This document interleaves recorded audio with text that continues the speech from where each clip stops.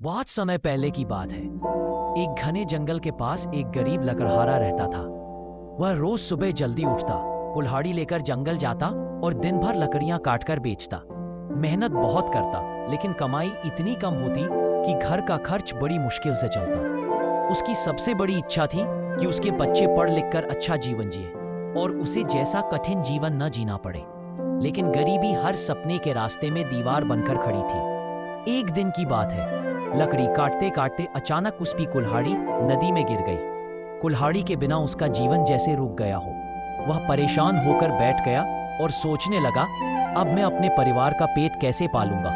मेरे बच्चों का भविष्य तो अंधकार में चला जाएगा। तभी नदी से एक दिव्य स्वर सुनाई दिया, लकड़हारे, इतना दुखी क्यों हो? लकड़हारे ने कांपते हुए उत्तर दिया, मेरी कुल्हाड़ी नदी में गिर गई है, उसी पर मेरा पूरा जीवन टिका है, उसके बिना मैं कुछ भी नहीं कर सकता। तभी नदी से एक चमचमाती सोने की कुल्हाड़ी बाहर निकली। स्वर ने पूछा, क्या ये तुम्हारी कुल्हाड़ी है? लकड़हारे ने तुरंत सिर हिलाते हुए कहा, नहीं, मेरी कुल्हाड़ी तो लोहे की थी। फिर नदी से चांदी की कुल्हाड़ी बाहर निकली। फिर वही प्रश्न, क्या ये तुम्हारी कुल्हाड़ी है?